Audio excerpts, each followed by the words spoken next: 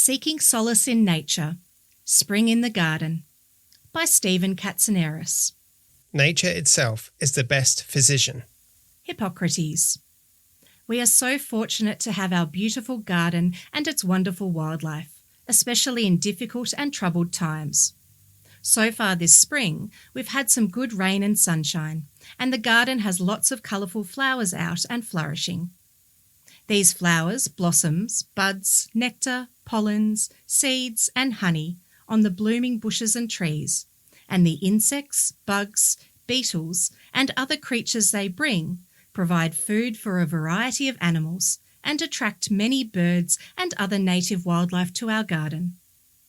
I often wake early to view the spectacular sunrises and enjoy the exquisite silence, except for the lovely sounds of the local birds, mostly the melodic carolling of the local family of magpies and the magnificent calls of the pied currawongs.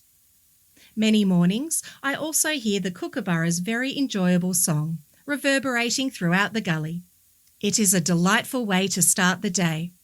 Looking out the windows in the early mornings, I often spot ringtail possums still climbing about in the trees, eating, or observe several of them asleep during the day in a large nest near the house.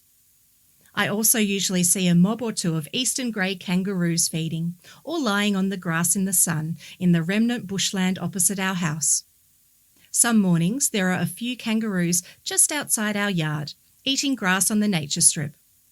The pied currawongs are mostly around in the garden during the cooler months, less so in summer, as are the grey butcher birds. As well, we have other pretty birds here regularly each day. Some are resident birds spending most of their time in our garden and the nature strip, such as the magpies, noisy miners, magpie larks, eastern rosellas, crimson rosellas, common bronzewings and crested pigeons. Several king parrots, rainbow lorikeets, a few galahs and a lone regent parrot often visit throughout the day too. The tawny frogmouths are also frequent visitors, feeding at night and perching in our trees to roost during the day.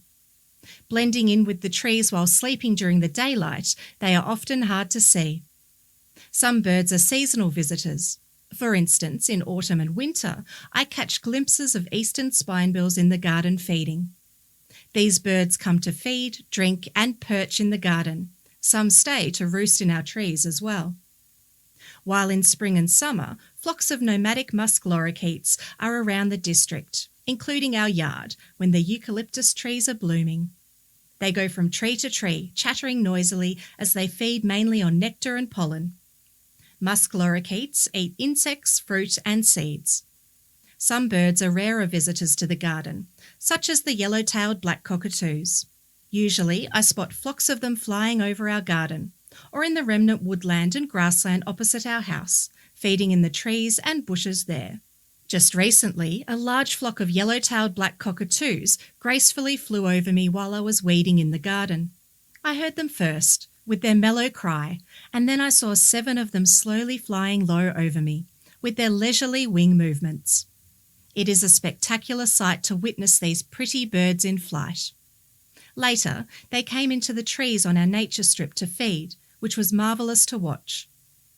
Gang cockatoos also occasionally come to feed in the garden, and at night powerful owls also, but more often I only hear them. Sometimes, usually later in the day, there is the sweet and soft chirping of smaller birds, like scrub wrens or occasionally spotted pardalotes high in the trees. The days are warmer and sunny now, and each day more garden skinks and bougainville skinks come out to sunbake on rocks and logs. After the winter, it is sheer joy to watch them sunbaking and scurrying about. And the blue-tongued lizards have emerged to also sunbake and forage amongst undergrowth and leaf litter. Planting hundreds of flowers, trees, bushes, grasses and ground covers over the years has resulted in an influx of more wildlife, including many more native bees, European honeybees, stick insects, butterflies, dragonflies, katydids, beetles and other insects coming into the garden. It's especially pleasing to see so many blue-banded bees, other native bees, and butterflies in the garden. Another of my favourite smaller creatures is the stick insect.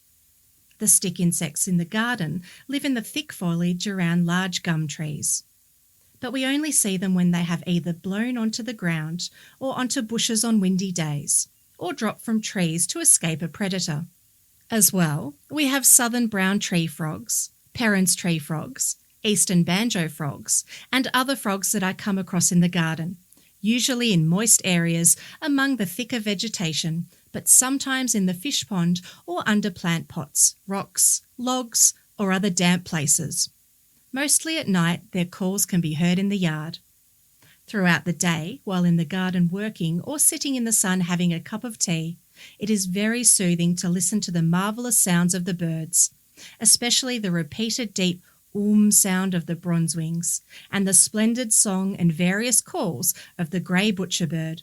Sometimes when I'm gardening, sitting reading, or wandering about in the yard, I look up into the sky and can observe a wedge-tailed eagle or even two soaring high above the wooded hills around us, or flying lower, circling over nearby grassland or paddocks, searching for rabbits.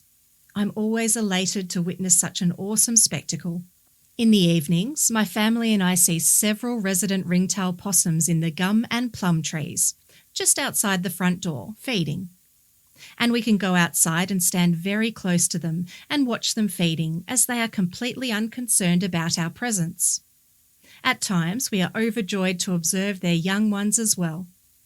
It is a truly enchanting experience. At night, we can hear the lovely calls of the whistling tree frogs in the backyard close to our bedrooms. When I first heard them, I thought they were some strange night bird singing, so I often fall asleep at night listening to the beautiful sound of these tree frogs.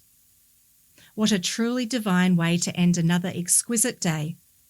In normal times, it is exhilarating and uplifting to be surrounded by this incredible natural beauty and the serenity of our garden and the nearby bushland with the array of wondrous native animals.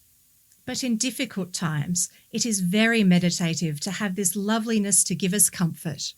Being immersed in nature in the garden brings me, and I'm sure many others, much solace, calm, and peace in our lives. I go to nature to be soothed, healed, and have my senses put in order. John Burroughs. This article was read by Rebecca Rose. James Poyner.